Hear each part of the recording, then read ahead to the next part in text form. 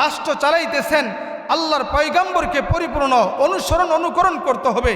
আল্লাহর পয়গাম্বর রান্নাঘর থেকে সংসদ ভবন কিভাবে পরিচালনা করছেন, আল্লাহর পয়গাম্বর সব কিছু দুনিয়ার জমিনে রেখে গেছেন কিনা, সব কিছু রেখে গেছেন। এই কোরআনটা আমরা বর্তমান সময়ে 40টার মধ্যে কাজে লাগাই। এই কোরআনটা বর্তমান সময়ে তাবিজের মধ্যে কাজে লাগাই। মানুষ মরে গেছে, 40 হয়েছে, কোরআন খতম দিয়ে দিলাম। কোরআন কি এটা মৃত ব্যক্তির জন্য আসছে না জীবিত ব্যক্তির জন্য আসছে? যারা অন্ধকার পথে আছে তাদেরকে আলোর পথে আনার জন্য কোরআন দুনিয়ার জমিনে নাজিল হয়েছে, ঠিক কিনা? অন্ধকার জগতের মানুষগুলি যখন কোরআনের সাথে স্পষ্ট হয়েছে, কোরআনের সান্নিধ্যে যখন আসছে, এই মানুষগুলি অন্ধকার জগৎ থেকে আলোর জগতে ফিরে আসছে। যখন মানুষগুলি আল্লাহর পয়গাম্বরকে পরিপূর্ণ অনুসরণ অনুকরণ মোহাব্বত করছে, এই জমিনে শান্তি তখন নাজিল হয়েছে। সাহাবাই কেরামরা আল্লাহর পয়গাম্বরকে কত ভালোবাসতেন। আল্লাহর পয়গাম্বরের সাহাবী আমর ইবনুল আস রাদিয়াল্লাহু তাআলা আনহু, তিনি আল্লাহর পয়গাম্বরকে কিরকম ভালোবাসছিলেন। তিনি জিলজালামের ওই সময়ে তিনি যখন দায়িত্বে ছিলেন, ওই সময়ে খ্রিস্টানরা পয়গাম্বর ঈসার নাক ভেঙে ফেলছিলেন। আমর ইবনুল আস রাদিয়াল্লাহু তাআলা আনহু একটা পর্যায়ে যখন তিনি ওই সময়ে তিনি দায়িত্বে ছিলেন, ওই সময় অবস্থায় খ্রিস্টানরা যখন পয়গাম্বর ঈসার নাক ভেঙেছে একটা পর্যায়ে, তখন ওই ইহুদিরা এক পর্যায়ে আল্লাহর পয়গাম্বরের নাক ভাঙার জন্য ওই সময় তিনি কি করলেন, সবাইকে সমগণ করলেন। 50,000 ইহুদি একসাথে হইলেন যে মুসলমানরা আমাদের নবী ঈসার নাক ভেঙেছে, আমরাও তাদের নবীর নাক ভেঙে দেব। কিন্তু আমর ইবনুল আস রাদিয়াল্লাহু তাআলা আনহু তিনি দেখেন আল্লাহর পয়গাম্বরকে কত ভালোবাসতেন, অনুসরণ অনুকরণ করতেন। তিনি যখন ওই জিলজালেমের মধ্যে যখন 50,000 ইহুদি আসতেন, আসার পরে তিনি বলতেছেন যে তোমরা আমার পয়গাম্বরের নাক ভেঙো না, আমার পয়গাম্বরকে বেইজ্জতি করো না। তোমরা যদি নাক নিতে হয় তাহলে আমি আমর ইবনুল আস রাদিয়াল্লাহু তাআলা আনহুর নাককে তোমরা তাজা নাককে কর্তন করো। তখন ইহুদিরা বলতেছেন যে হ্যাঁ, যদি এটা হয় তাহলে তো আরো ভালো হয়। এক পর্যায়ে আমর ইবনুল আস রাদিয়াল্লাহু তাআলা আনহু তিনি কান্না করতেছেন। একটা পর্যায়ে ইহুদিরা মনে করতেছেন যে তাকে হয়তোবা নাক কাটার জন্য হয়তো তিনি কান্না করতেছেন। একটা পর্যায়ে এক ইহুদি বলতেছে যে তুমি নাকের জন্য কান্না করতেছ। একটা পর্যায়ে আমর ইবনুল আস রাদিয়াল্লাহু তাআলা আনহু বলেন, আরে আমার নাকের জন্য আমি কান্না করি না। আজকে যদি যে ভাঙছে, যদি আজকে ঈসা পয়গাম্বরের নাক না ভেঙে মাথা ভাঙতো, তাহলে আমার পয়গাম্বরের জন্য আমি নাক না দিয়ে আমার পয়গাম্বরের জন্য মাথা দিতাম। সুবহানাল্লাহ।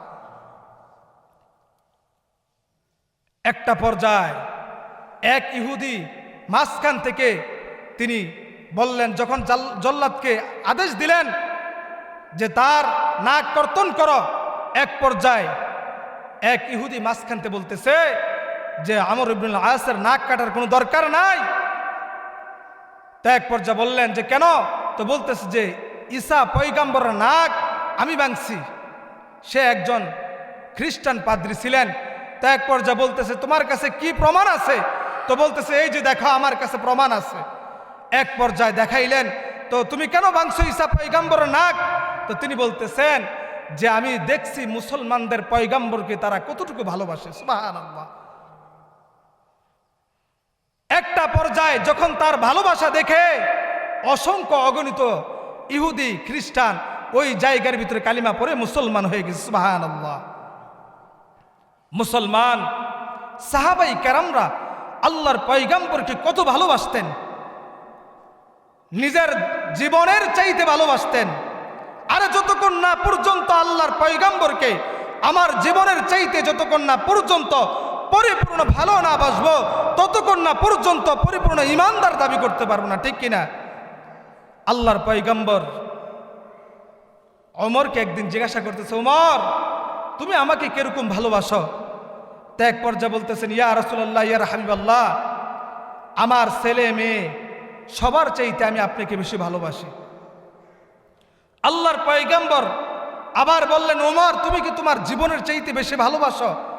তো বলতেছেন, ইয়া রাসূলুল্লাহ, ইয়া হাবিবাল্লাহ, আমার জীবনের চাইতে তো বেশি ভালোবাসি না। তো আল্লাহর পয়গম্বর বলেন, তুমি এখনো পর্যন্ত পরিপূর্ণ মুমিন হতে পারো নাই। সাহাবাই কেরামরা কি মিথ্যা কথা বলতেন? না, তারা তো সত্য কথা বলতেন। তো এক পর্যায়ে আল্লাহর পয়গম্বরের সাহাবী উমর বলেন, আল্লাহর কসম, ইয়া রাসূলুল্লাহ, ইয়া হাবিবাল্লাহ, আমি উমরের আমার জীবনের চাইতো আপনাকে বেশি ভালোবাসি। সুবহানাল্লাহ।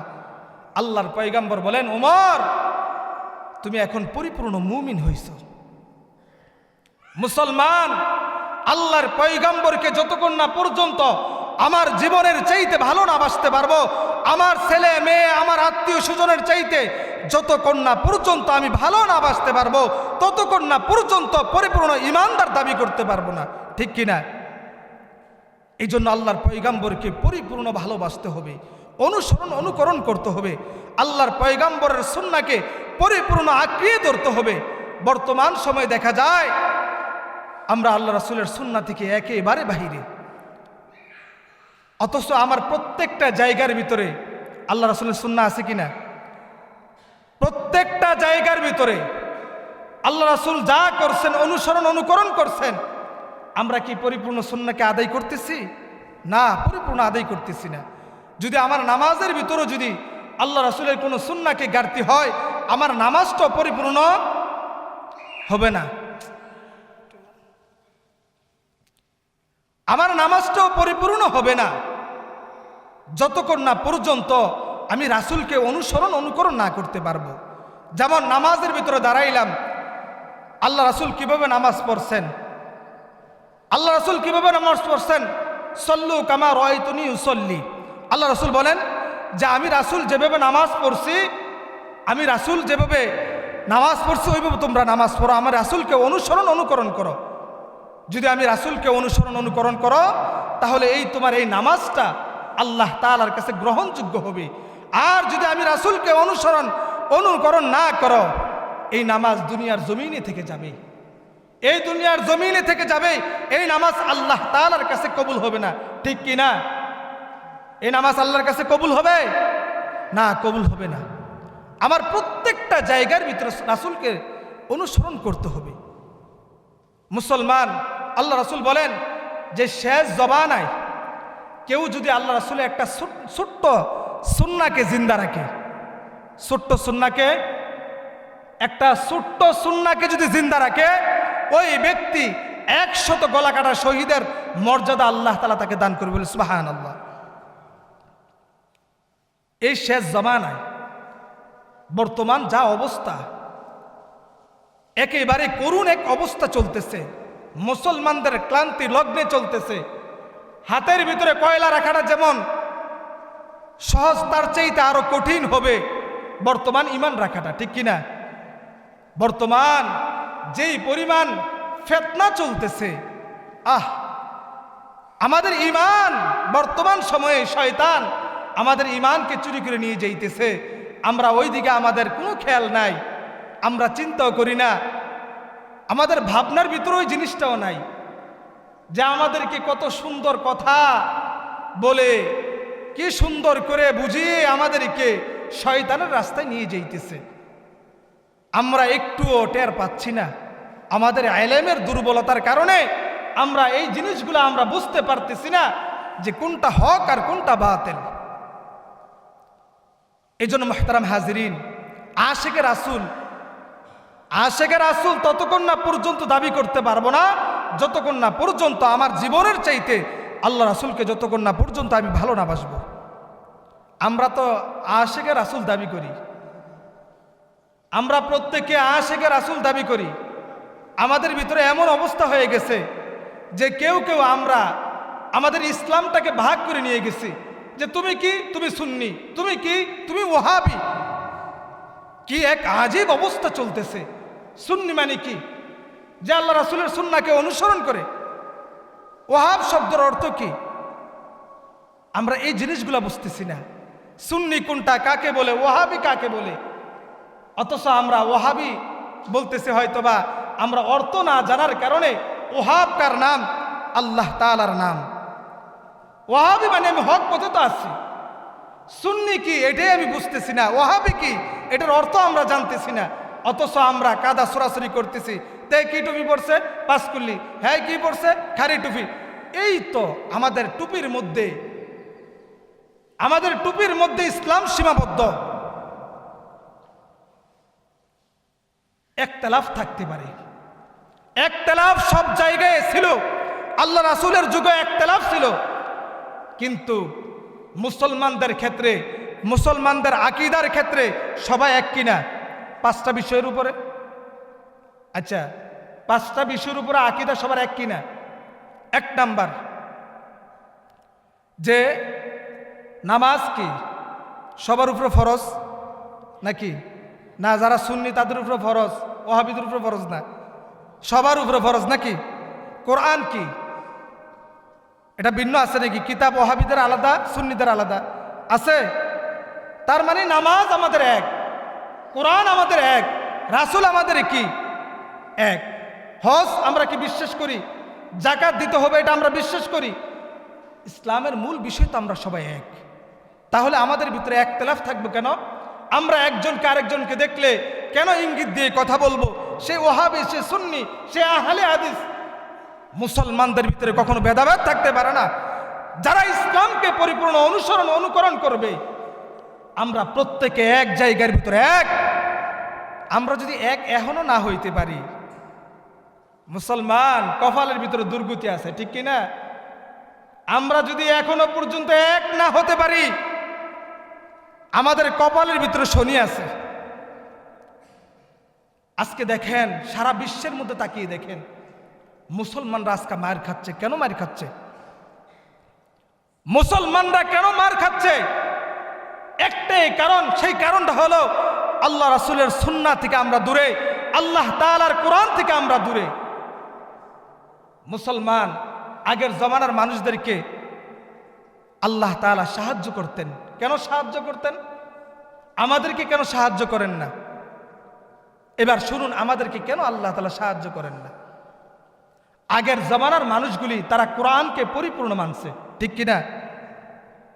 কোরআনকে পরিপূর্ণ মানে নাই। কোরআনকে মানার কারণে তারা আল্লাহ তাআলার কাছে যা চাইছে তাই আল্লাহ তাআলার কাছে পাইছে। 1500-র সাথে সংখ্যা বেশি দরকার নাই। যদি আপনার ঈমানকে মজবুত রাখেন, আপনি যদি কোরআন এবং হাদিসের পরিপূর্ণ ফলো করেন, আপনার ঈমান যদি মজবুত থাকে, সংখ্যা 1500-র সাথে 313 জন বিজয় হয়েছে না? হয়েছে কি না? সংখ্যা কি কম ছিল না বেশি ছিল? তারা মুসলমানদের কম না বেশি ছিল? বেশি ছিল, কিন্তু বিজয় আল্লাহ তাআলা তাদেরকে দিচ্ছেন। কেন? তারা ঈমানের হকের পথে পরিপূর্ণ ছিল। আল্লাহ রাব্বুল আলামিন বলেন, বান্দা উসিলা করার মালিক তুমি, আর দেওয়ার মালিক হইলাম আমি আল্লাহ তাআলা। আর যারা মুনাফিকের বিষয় নিয়ে আল্লাহ তাআলা বিশাল একটা কোরআনের ভিতরে একটা সূরা নাজিল হয়েছে, ঠিক কিনা? মুনাফিকদের বিষয়ে আল্লাহর পয়গম্বর যখন জিহাদের ময়দানের কথা বলছিলেন, যে জিহাদের ময়দানে যেতে হবে, তখন মুনাফিকরা কি কইছে? বিভিন্ন বাহানা দেখাইছে। কেন বাহানা দেখাইছে? তারা চিন্তা করছে যে এই কাফের বেঈমানদের সাথে আমাদের দ্বারা সম্ভব না। তাদের চিন্তা ফিকিরটা ছিল দুর্বল, যেই কারণে তারা আল্লাহর পয়গম্বর যখন বলছে, তখন বলছে, ইয়া রাসূলুল্লাহ, ইয়া হাবিবাল্লাহ, আমাদের শরীরটা ভালো না, আমাদের ধান পেকে গেছে, বিভিন্ন ধরনের অজুহাত দেখাইছে। মুনাফিক দেখবেন দুই পক্ষে থাকে। মুনাফিক যারা, তারা দুনো পক্ষে থাকে, হকের পক্ষ থাকে, বাতিলের পক্ষ থাকে, ঠিক কিনা? তারা যখন ইসলামের বিরুদ্ধে কেউ যায়, হ্যাঁ তোমার সাথে আমি আছি। ইসলামের পক্ষে যে যায়, হ্যাঁ তোমার পক্ষে আমি আছি। এই জন্য আল্লাহ তাআলা কাফেরের চাইতে মুনাফিকের স্থান সবচাইতে, জাহান্নামের সবচাইতে একেবারে জঘন্য জায়গার ভিতর হবে মুনাফিকদের স্থান। নাউজুবিল্লাহ। কার স্থান? মুনাফিকদের ব্যাপারে আল্লাহর পয়গম্বর বলেন, যে কাফেররা যতটা না বেশি ইসলামের ক্ষতি না করতে পারছে, তার চাইতে বেশি ক্ষতি করছেন মুনাফিকরা। তার চাইতে বেশি নামদারি মুসলমান মুনাফিকেরা ইসলামের তার চাইতে আরো বেশি ক্ষতি করছে। তা আল্লাহর পয়গম্বর যখন বিজয়ী হয়ে আসছে, তা এক পর্যায়ে বললেন, ইয়া রাসূলুল্লাহ, ইয়া হাবিবাল্লাহ, আপনার পক্ষে তো আমরা ছিলাম। তখন আল্লাহ তাআলার এই কোরআনের আয়াত আল্লাহ তাআলা তখন নাজিল করছেন। এই কোরআন একদিন আর 2 দিনে নাজিল হয় নাই, এই কোরআন দীর্ঘ 23 বছর লাগিয়ে কোরআন নাজিল হয়েছে। মুহতারাম হাজরিন, যেটা বুঝাইতেছি, হক যেটা হক, এটা আমার বলতে হবে। হকের পথে যতক্ষণ না পর্যন্ত আমি না থাকবো, ততক্ষণ না পর্যন্ত পরিপূর্ণ মুসলমান দাবিও করতে পারবো না। আল্লাহ তাআলাকে যতক্ষণ না পর্যন্ত ভয় না করতে পারবো, ততক্ষণ না পর্যন্ত পরিপূর্ণ মুসলমান হতে পারবো না। এই জন্য আল্লাহ তাআলা বলছেন যে মুসলমান না হয়ে কবর আইসো না। ইয়া আইয়ুহাল্লাযীনা আমানুত্তাকুল্লাহা হাক্কা তুকাতিহি ওয়া লা তামুতুন্না ইল্লা ওয়া আনতুম মুসলিমুন। আল্লাহ তাআলা বলেন, ইমানদারদেরকে বলতেছেন আল্লাহ তাআলা, যে তোমরা যতক্ষণ না পর্যন্ত মুসলমান না হও, ততক্ষণ না পর্যন্ত কবর আইসো না। আল্লাহ কেন ইমানদারদেরকে মুসলমান হওয়ার জন্য আবার বলতেছেন? একটাই কারণ, কিন্তু আমরা মুসলমান দাবি করতেছি, কালিমা পড়ছি মুসলমান, তারপরে কালিমার উপরে যেই ইস্তেকামত থাকতে হবে, কালিমার বিষয় যে আরো বিস্তারিত বিষয় আছে, এটা আমাদের মানার দরকার নাই। শুধু কালিমা পড়লাম মুসলমান হয়ে গেলাম, এটাই নাকি? কালিমা পড়ার পরে আমার উপরে যেগুলি ফরজ আছে, আল্লাহ তাআলা যেগুলি ফরজে আইন যেগুলো আমার উপরে দিয়েছে, প্রত্যেকটা হককে আমার পঙ্খানু ভাবে আদায় করলে আমি পরিপূর্ণ মুসলমান থাকবো। অর্ধেক মুসলমানের ভিতরে প্রবেশ করলাম, মুসলমানদের কালচার মানলাম, আর অর্ধেক ইহুদিদের কালচার মানলাম, আমি দাবি করলাম আমি মুসলমান না। আমি মুসলমান না, আমি মুনাফিক। মুনাফিকের আলামত চিনবেন। মুনাফিকের আলামত কয়টি? 3টি। 1 নাম্বার হলো কথায় কথায় মিথ্যা কথা বলা। 1 নাম্বার কি? কথায় কথায় মিথ্যা কথা বলা। 2 নাম্বার হলো আমানতকে খেয়ানত করা। ঠিক আছে কিনা? 1 নাম্বার কি? কথায় কথায় মিথ্যা কথা বলা। এটা আমাদের সমাজে আছে কিনা? সব জায়গার ভিতরে আছে, শুধু সমাজে না, একেবারে প্রত্যেকটা জায়গার ভিতরে মিথ্যা কথা ছাড়া বর্তমান চলে না। আমাদের উচ্চ পর্যায়ে জায়গা থেকে নিয়ে সব জায়গার ভিতরে আমাদের মিথ্যা কথা। তারপরে আমাদের আমানতদারিতা, বর্তমান সময়ে আমাদের কাছে যে আমানতদারিতা, এটা যে সবচেয়ে বড় বিষয়। আমানতকে আমাদের কি কি বিষয় আমানত? যেমন আমার সন্তান আমার কাছে কি আমানত না? আমার সমাজের আল্লাহ তাআলা আমাকে একটা নেতৃত্ব স্থানে আল্লাহ তাআলা পৌঁছাইছেন, এই সমাজ আমার কাছে আমানত। এই রাষ্ট্রের একটা জায়গার ভিতরে আল্লাহ তাআলা আমাকে পৌঁছাইছেন, এই রাষ্ট্র আমার কাছে আমানত। ঠিক কিনা? এই আমানতদারিতা যতক্ষণ না পর্যন্ত আমি হেফাজত না করতে পারবো, ততক্ষণ না পর্যন্ত আমি পরিপূর্ণ মুমিন হতে পারবো না। আল্লাহর পয়গাম্বর আমানতদারিতাকে হেফাজত করছেন কিনা? কেমন হেফাজত করছেন?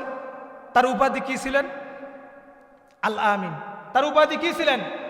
আল আমিন অর্থ কি? বিশ্বাসী।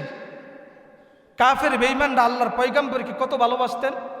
আল্লাহ রাসূলের অর্থাৎ নবুয়তের আগ মুহূর্ত পর্যন্ত মুক্কার আবু জাহেল, আবুল আহাব, অর্থাৎ মুক্কার কাফের বেঈমানরা আল্লাহর পয়গাম্বরকে এক বাক্যে উচ্চারণ করতেন যে মুহাম্মদ তিনি আমানতদারী, এবং মুহাম্মদ তাকে আমরা সবাই বিশ্বাস করি।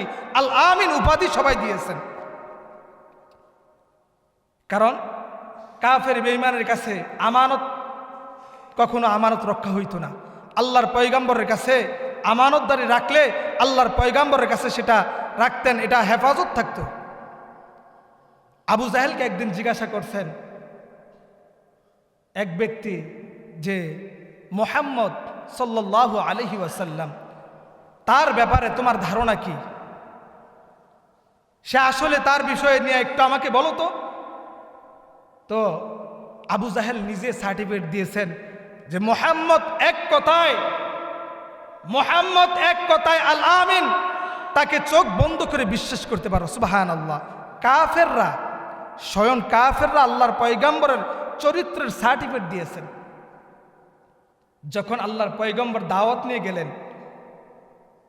আবু জাহেল আবুল আহাবের কাছে, আল্লাহর পয়গম্বর বলেন, চাচা আমি যদি বলি পাহাড়ের ওই পাশে শত্রু আক্রমণ করার জন্য উত পেতে বসে আছে, সেটাকে আপনি বিশ্বাস করবেন? এক বাক্যে সবাই বলছে অবশ্যই, কেননা তুমি আমাদের বাতিজা, তুমি কখনো তোমার কাছ থেকে 2 নম্বরই কথা আমরা কখনো পাই নাই।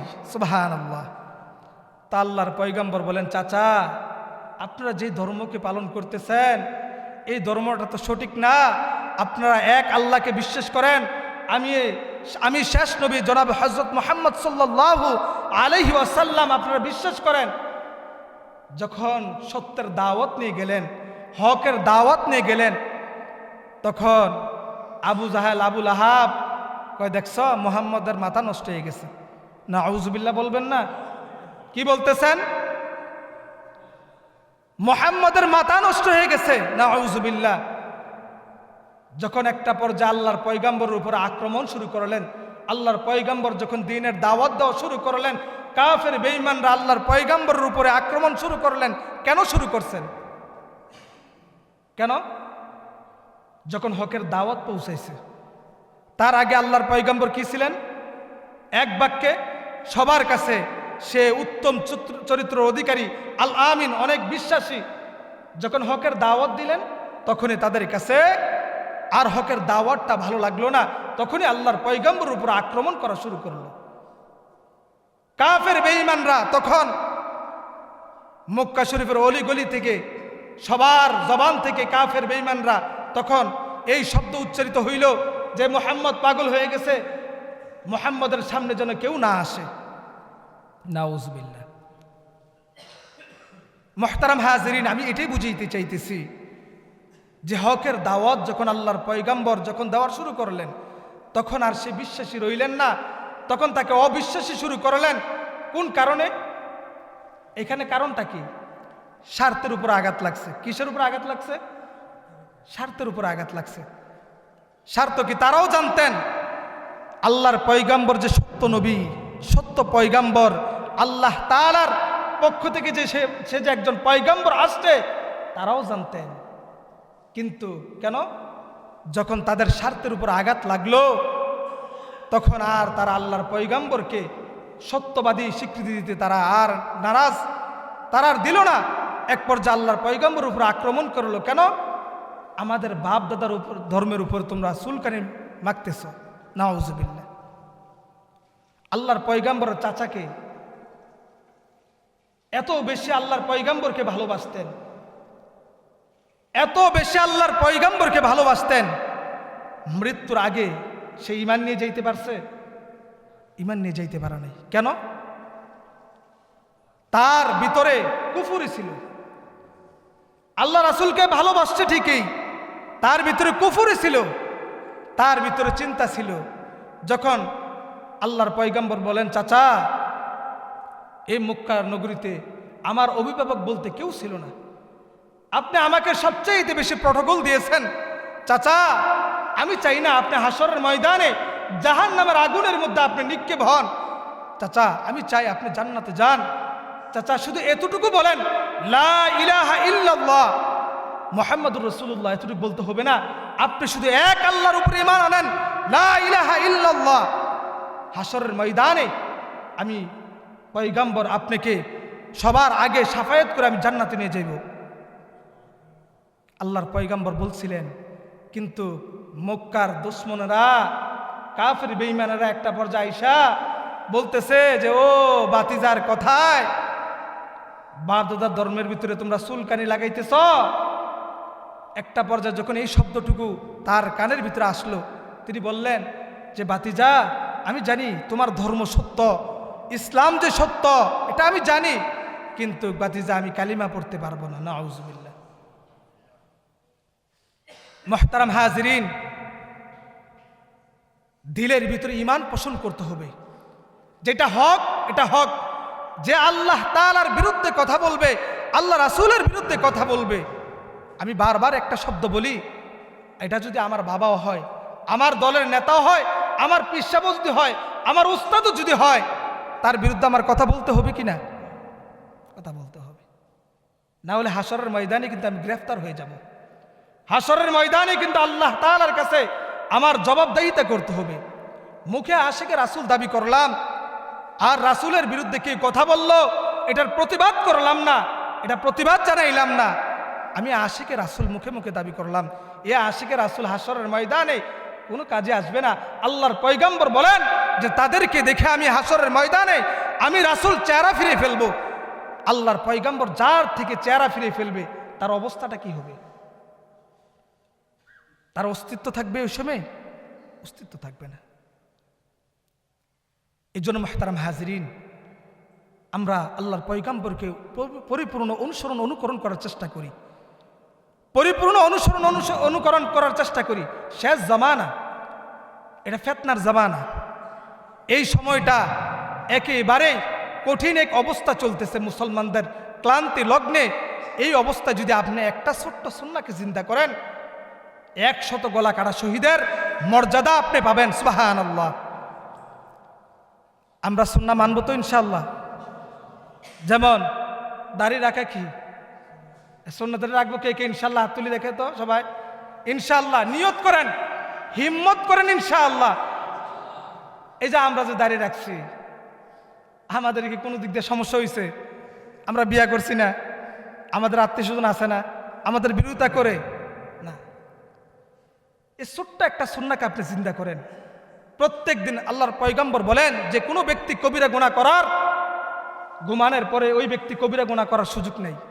কিন্তু যে ব্যক্তি দাড়িকে চাষে, যে ব্যক্তি দাড়িকে ছোট করে গালের সাথে মিলিয়ে রাখে, ওই ব্যক্তি ঘুমানোর পরে কবিরা গুনাহ হইতেছে না। আউযুবিল্লাহ। এ দাড়ির বিষয়ে এটা বৈজ্ঞানিকদেরকে নিয়েও এটা রিসার্চ করছেন যে দাড়ি, আপনি দেখবেন হিন্দুদের বড় পাদ্রী যারা আছে তারা দাড়ি রাখে কিনা, আছে না? এই যে আমি নিজে এই এলাকার ভিতরে আসার পর একজন দেখছিলাম, ওই লোকের দেখা আমার কাছে মনে হয়েছিল যে একজন সে মুসলমান। পরে কয় হুজুর না, সে তো মুসলমান, তো সে হিন্দু। কিন্তু কথা এটা বুঝাইতেছি যে বৈজ্ঞানিকরাও রিসার্চ করে দেখছে যে দাড়ি রাখার যেই একটা, আল্লাহর পয়গম্বর কেন বললেন যে দাড়ি রাখতে হবে? আল্লাহর পয়গম্বর বলেন যে ব্যক্তি দাড়ি রাখলো ওই ব্যক্তির যৌবন আল্লাহ তাআলা সহজে তার থেকে কেড়ে নিবে না। সুবহানাল্লাহ।